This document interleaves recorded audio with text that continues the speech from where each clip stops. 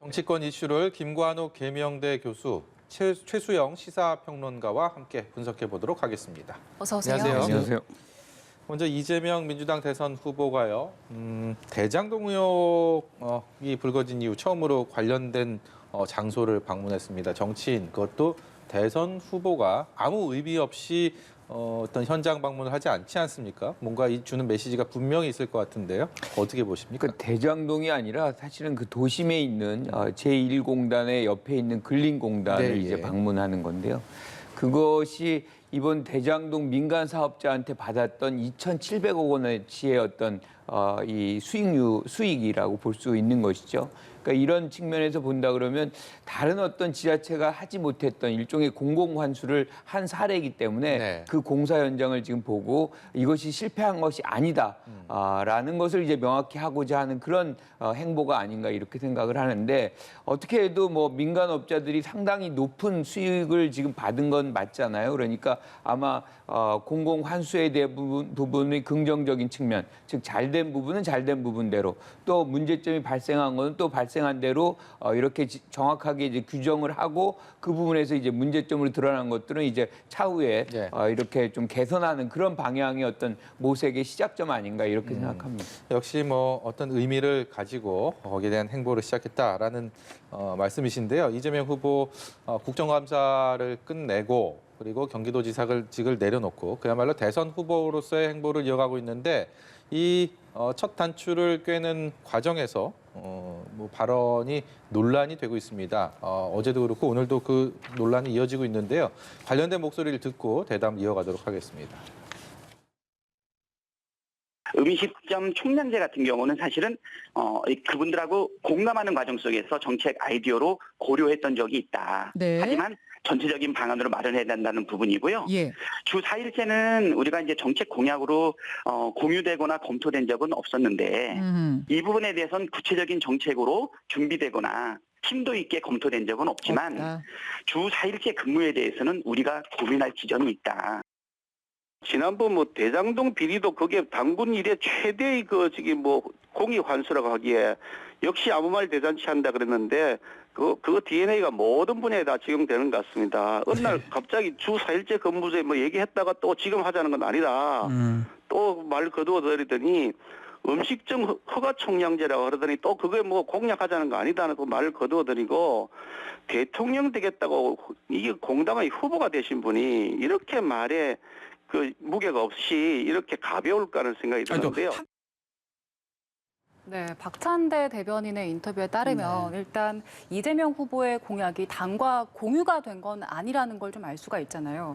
이제 민주당이 원팀이 어느 정도 정비가 끝났기 때문에 후보와 당의 그 공약이 어느 정도 좀 정돈이 돼야 될 텐데, 정책에 대해서 그래서 조금 더 신중하게 제기를 하고 발언할 필요가 있다, 이런 지적도 나오는 것 같아요. 저는 지금 대단히 당과 그다음에 이재명 후보가 전략적인 서로 이렇게 역할 분담을 하고 있다고 생각하면 되니까, 이재명 지사가 음식점 총량제, 주 4일제, 개발이익 환수법 이렇게 지금 계속 꺼내놓고 있는 그 정책 구상들이 말이죠. 예. 기본소득처럼 우리 국민 삶에 직접적인 영향을 끼치는 아주 매우 민감한 이슈거든요. 예. 그리고 논쟁적 이슈예요. 그러니까 찬과 반이 분명히 갈리고 있어요. 그러다 보니까 이 이슈가 빨아들이는 속도와 이 강도가 굉장히 세요. 근데 이재명 지사는 뭐 철학적인 논쟁이 좀 필요하다 이런 식으로 공약은 아니다고 한 발 빼고, 그러나 국민들 눈에는 각인이 됐고 이미 머릿속에 들어왔거든요. 당은 아직 우리랑 협의된 바 없다. 이러면서 일단은 지금 이슈를 이슈로 묻힌다는 그 전략에 따라서 지금 대장동이 어쨌든 어제부터 지금 다시 좀 수면 밑으로 가라들었어요. 검찰 수사는 별도로 진행되지만 정치권 이슈에서는 어제부터 대장동 이슈가 조금 내려갔어요. 저는 이 효과가 굉장히 있다고 보는 거죠. 그러니까 이런 아주 논쟁적 이슈들, 그런데 찬반이 분명하면서도 국민 생활에 밀접한 것을 계속 꺼내놓으면서 이재명 후보는 어쨌든 이재명은 합니다라는 이제 브랜드를 내놓았는데, 저는 이게 어쨌든 잘 가야 되는 게 양날의 칼입니다. 이재명은 합니다라는 브랜드의 나중에 슬로건에 나중에 이것들이 제대로 유야무야 되면은 도대체 당신은 뭘 한다는 거냐가 될 수도 있고, 그리고 엄청난 추진력이 좋다는 것과 매우 과격하다는 정말 한 끗과 반 끗의 차이 있기 때문에 이 경계를 잘 넘어 들어갈 거니까, 그러니까 이재명 지사가 지금 이렇게 논쟁적인 이슈를 가지고 선거를 네거티브가 아닌 포지티브로 끌고 가는 건 좋으나 결국 이것이 본인의 나중에 또 발목을 잡을 수 있는 그런 이슈들도 될 수도 있다는 것. 그걸 한번 좀 잘 들여다봐야 될 것 같아요. 네. 어쨌든 간에 이재명 후보 입장에서는 이 대장동 이슈보다는 음식점 총량제나 주사일제 여기에 대한 그렇죠. 논쟁이 차라리 낫다. 나은 거죠. 실제로 지금 보면은 대장동을 오늘 간 것도 이제 물론 이제 교수님 말씀하신 것처럼 현장을 간 게 아니라 이제 공익 환수됐다는 이제 공원을 간 거잖아요. 그러니까 지금 본인이 어쨌든 대통령 후보로 선출되고 난 다음에 컨벤션 효과는 고사하고 지금 역컨벤션이라는 말까지 나오잖아요. 그래서 지난주에 이제 이낙연 후보와의 원팀, 대통령과의 관계 설정 이런 것들이 끝났기 때문에 이제는 본인으로부터 들어온 대장동 이슈보다는 오히려 내가 강점을 갖고 있는 어떤 정책 이슈들, 말하자면 논쟁적이긴 하지만 예. 그래서 자기 진지로 끌어들여서 전쟁을 치러보자라는 전략을 갖고 한 것 같은데 그러면 당은 지금부터 이걸 인정해버리면 이게 공약이 돼버리니까 송영길 대표도 기본소득 조금 우리 거리두기 하고 있다, 아주 보고 있다 이러면서 이 이슈를 전환하는 데는 굉장히 좀 탁월한 전략으로 보입니다. 네, 말씀하신 것처럼 보도를 보면 일단 확실히 대장동 이슈를 좀 묻고 다른 정책 이슈로 선점을 한 것 같긴 합니다. 근데 지금 역할 분담을 한다 이런 말씀을 해주셨는데 그렇지만 여당 내에서도 좀 말을 아껴야 된다 이런 보도들도 나오긴 하더라고요. 그러니까 뭐 총량제다, 그런 불나방이다, 뭐 이런 단어들은 되게 좀 각인이 잘 되는 효과도 있지만 또 네. 부정적인 효과도 분명히 있거든요. 그러니까 좀 대선 후보로서 좀 신중한 행보를 해주기를 바라는 당내의 어떤 목소리가 분명히 있는 것은 맞습니다. 그리고 지금 이런 어떤 정책적인 논쟁이 사실상 대장동 의혹을 덮기 위한 것이다라고 얘기하기에는 그 이슈는 워낙 크기 때문에 계속 네. 갈 수밖에 없는 거예요. 그래서 저는 왜 이 얘기를 했는지에 대해서는 저는 일종의 이제 민생에 관련된 부분이거든요. 실질적으로 음식점이 5개가 이제 만들어지면 5년 내에 4개가 폐업을 해요. 그러니까 이거는 굉장한 시장 실패 영역입니다. 이 문제를 국가가 그냥 방치하는 것도 사실은 하나의 어떤 직무유기일 수 있는 거고 해법을 제시하는 뭐 그게 총량제라고만 생각하진 않아요. 그러니까 그런 화두를 던져놓은 것이고 그렇게 해서 어떤 문제점을 해결해보자. 뭐 이런 취지의 어떤 그런 얘기인데 이 얘기가 이제 뭐 아까 얘기한 대로 무슨 불나방이랑 연결이 돼가지고 더 확산이 되고 있지만 실질적으로는 내용의 본질은 민생이다 이렇게 생각하는 것이고 주 4일제 같은 경우도 어떻게 보면 우리가 지향해야 되는 어떤 정책적 지향점이거든요. 이것에 논의를 한번 시작해보자고 한번 던져본 거예요. 그런데 이것을 이제 다른 뭐 야당 후보들이 이렇게 같이 논쟁이 되면서 사실상 대장동 이슈가 이제 가라앉는 효과가 발생을 한 거죠. 예. 어제 헌법재판소에서요, 또 임성근 전 부장판사 사법농단에 연루됐다라는 의혹으로 검찰 수사를 받았었고요. 그리고 헌법재판소에 이 탄핵 심판 청구가 제출되면서 관련된 논의가 있었는데 헌재가 각하했습니다. 이 각하라는 게 법률적으로 헌법적으로 굳이 이 탄핵 여부가 정당한지 아닌지를 따져볼 필요가 안 되는 사안이다. 그렇죠. 이런 판단을 한 건데 결국은 임성근 부장판사가 전 부장판사가 당시에 이제 이미 직을 잃었기 때문에 그 탄핵으로 오는 효과가 사실상 없다라는 이런 의미인데 이것을 두고 민주당 내에서 좀 유감스러운 입장들이 나왔고요. 또 국민의힘은 국민의힘 나름대로 입장들이 나왔습니다. 근데 제가 이 사안뿐만이 아니고 어떤 중요한 법률적인 사법적인 판단이 나왔을 때 정치권에서 여기에 대해서 나오는 반응들이 국민들이 느끼기에서는 조금 이거는 뭐 그야말로 내로남불의 그런 입장들이 아닌가라는 그런 얘기들이 많이 있어서 거기에 대한 견해를 좀 이 기회에 좀 여쭤보고 싶습니다. 그러니까 저는 이제 법률적 사안에 대해서 정치권이 너무 과도하게 해석을 하거나 개입하는 거는 삼권 분립의 전 정신을 위배한다고 봐요. 이 사건만 하더라도 사실 지난 4월 총선을 앞두고 2달 남은 상태에서 막 밀어붙인 거거든요. 여권이. 이 밀어붙이는 과정을 보면은 탄핵 소추안이 작성되기도 전에 그러니까 다 서명을 했어요. 이른바 백지 서명을 했어요. 게다가 이제 통과되는 법사위를 통과해야 되는데 검토 보고서도 안 하고 통과시켰어요. 그러니까 사실 법에서는 1, 2심 무죄가 났는데 거기에 이제 한 글자가 있었죠.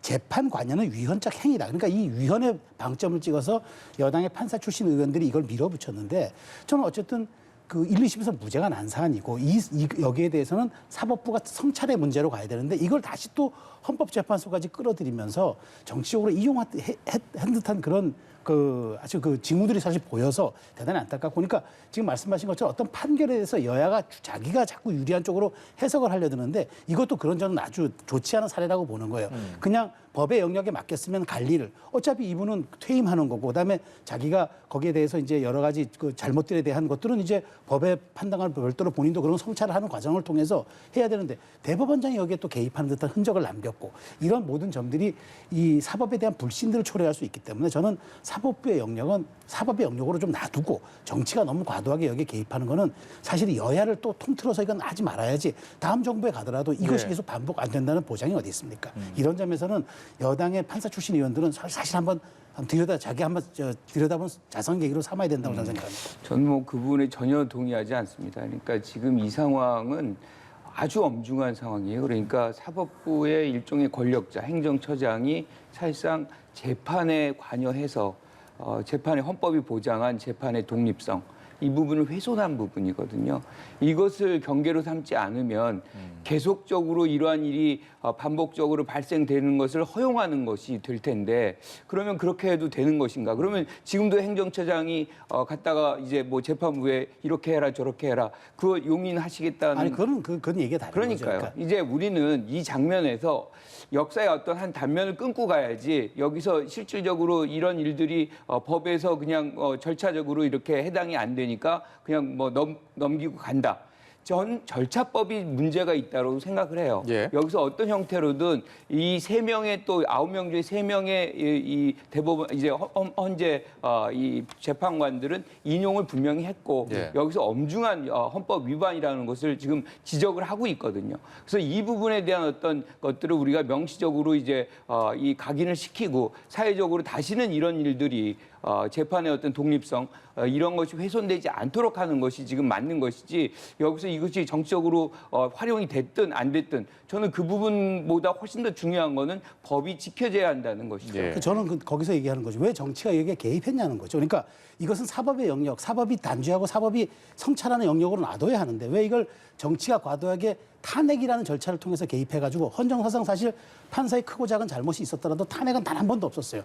그만큼 판사들에 대한 신분 보장을 해주자는 측면이 아니라 거기 사법의 삼권 분립에 대한 정신을 우리가 지켜나가자는 건데, 정치권이 여기에 대해서 너무 근거도 없이 과도하게 개입하면서 이것을 헌법재판소까지 끌어가는 과정을 통해서 많은 사법 불신을 초래할 수 있다는 그런 점들은 왜 또 생각하지 여기서 못하겠습니까? 분명히 근거는 있었고요. 또 한 가지가 이제 탄핵이란 거는 헌법이 입법부에 보장한 사법부의 견제 수단이고 그렇죠, 수단이죠. 권한입니다. 예, 예. 이건 반드시 할 수 있는 부분이에요. 그렇죠. 그런데 근거 없이 한 것도 아니고 사실상 권한을 행사한 것뿐입니다. 그런데 그것이 퇴임 이후라는 부분 때문에 기각이 된 것이죠. 내용과는 무관하게 단지 탄핵을 시킬 수 없는 신분이다. 그것이 이제 문제점으로 해서 기각이 된 부분이거든요. 그러니까 저는 그 탄핵에 대한 부분들은 그 사법에 대한 견제 수단도 있지만 그만큼 우리가 신중하게 사용되는데, 저 여권이 너무 이것을 총선 전에 2달 전에 너무 전가의 보도처럼 쉽게 사용했다. 앞으로 이런 두고두고 이런 전례들은 앞으로 우리 사법 역사에 부담이 될 수도 있다. 저는 그런 말씀을 드리는 겁니다. 예, 비단 이번 사안에 국한돼서 얘기한다면 두 분의 말씀이 다 일리가 있고 시청자 여러분들도 수긍할 수 있는 부분들 분명히 많이 있을 거라고 생각합니다. 근데 앞서서 이번 정부, 지난 정부 계속 우리가 그런 모습들을 많이 봐왔고, 그런 거에 대한 실망감을 또 불신을 갖고 있는 분들이 많기 때문에 이 기회에 한번 말씀을 나눠보자라는 취지에서 제가 질문을 드린 거고요. 그래서 거기에 대해 충분히 이해를 하셨을 거라고 생각합니다. 다음 주제로 좀 넘어가 보도록 하겠습니다. 국민의힘 얘기해 볼 텐데요. 오늘이 이제 마지막 4명의 경선 후보들의 토론회입니다. 그동안 참 많은 토론을 하면서 우위에 있었던, 그리고 열세를 보였던, 그리고 그 안에서의 어떤 공세와 그를 선을 넘는 또 공세로 인한 또 상처들, 참 여러 장면들 보셨을 텐데, 누가 될지가 가장 큰 궁금함입니다. 이제 다음 주 이 시간쯤이면 결과가 나와 있을 텐데, 일주일 정도 남았는데요. 오늘 김종인 전 위원장이 내년 대선에 이재명 후보 대 윤석열 후보의 경쟁이 될 것이다라고, 또 이 김종인 전 위원장이 야권에서 가지고 있는 그 상징적인 좀 위치가 있지 않습니까? 그렇기 때문에 이런 얘기를 했고, 또 홍준표 후보는 또 한 분의 도사가 나왔다라고 굉장히 비판적인 또 목소리를 냈습니다. 어떻게 보시고 계십니까? 김종인 전 비대위원장이 사실상 캠프 선대위원장 역할을 했다. 저는 이렇게 생각을 해요. 마지막에 굉장히 박빙의 상황이거든요. 지금 깜깜이고 사실상 전체적인 어떤 지지를 보면 홍준표 후보가 일부 앞서가고 당을 지지하는 분들만 놓고 보면 윤석열 후보가 지금 앞서가는 상황인데 여기서 이재명 대 윤석열의 장이 될 것이다라고 얘기하는 거는 본인의 어떤 무게감을 윤석열 후보에게 실어주고 있다는 그런 느낌을 지울 수가 없는 것이거든요. 그런데 이것이 긍정적인 효과로 나타날지 아니면 반대 효과로 나타날지는 모릅니다. 그리고 가장 지금 야권 지지자들이 중요시하는 거는 본선 경쟁력이거든요. 그러니까 확장력 뭐 이런 등등의 것들, 특히나 지지율 뭐 이런 부분에서 본다 그러면 윤석열 이 후보가 지금 당연시하는 그런 김종인 비대위원장의 말은 항상 맞을 수 있다라고 얘기하기는 좀 어렵다. 뭐 이렇게 네. 보는 거죠.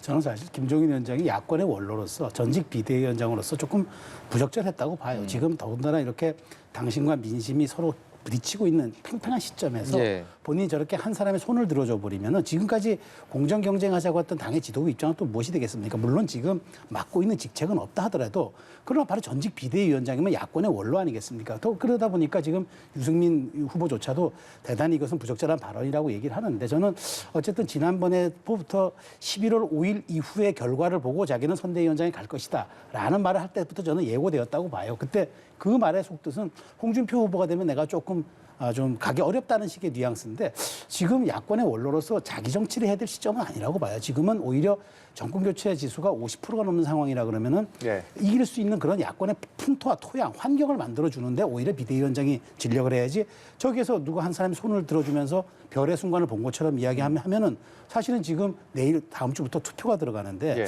저긴 사실 좀 여러 가지 물론 뭐 제한적으로 본인이 역할을 자연인의 입장에서 의견을 표시할 수는 있으나 본인이 갖고 있는 위치 그다음에 걸어왔던 길에 비춰보면 조금 경솔한 저는 발언이었다고 생각합니다. 네. 김종인 전 위원장 비대위원장 시절에요. 홍준표 의원은 무소속 신분이었고 그렇죠.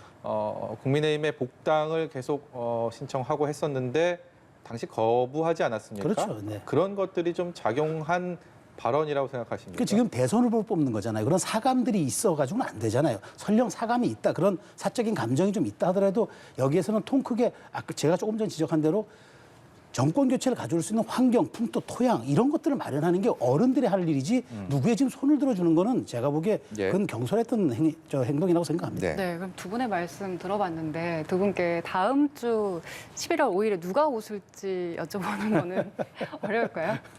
어렵죠. 지금 굉장히 어렵습니다. 그러니까 변수들이 있는데 여러 가지 변수 중에 저는 결국엔 50% 이제 국민 여론조사가 하나의 변수인 것 같아요. 그러니까 여기에서 우리가 민주당 3차 경선을 좀 상상해 볼 수가 있거든요. 그 흐름이 완전히 뒤바뀐 상황이 한번 발생을 했어요. 그러니까 62대 28. 예. 이거는 뭐 완전한 반전이었습니다. 그런데 이 추세가 국민의힘당에서도 발생하지 말라는 법이 없거든요. 그래서 요건 하나의 분명한 변수인 것이고 또 하나가 지금 사실은 뭐 세력으로 본다 그러면 윤 후보가 조금 더 이제 우위에 있는 것만은 분명한데 한 19만 명에서 20만 명의 신입 당원들이 들어왔어요. 이들은 조직표가 아닙니다. 예. 그러니까 사실상 뭐 이 지구당 위원장들이 컨트롤할 수 있는 부분이 아닌 거죠. 그렇다 그러면 이들의 향배, 이들의 투표율이 얼마나 가고 어느 방향으로 이제 움직이느냐가 사실상 또 다른 변수로 발생할 수 있다고 본다면 지금 확언을 하기가 네. 쉽지 않다. 뭐 이렇게 봐야죠. 저는 두 가지 측면만 말씀드릴게요. 다음 주 아마 1, 2일로 예상되는 아마 윤석열 후보의 광주 방문이 순풍이냐 역풍이냐가 굉장히 중요한 분기점이 될 것 같고요.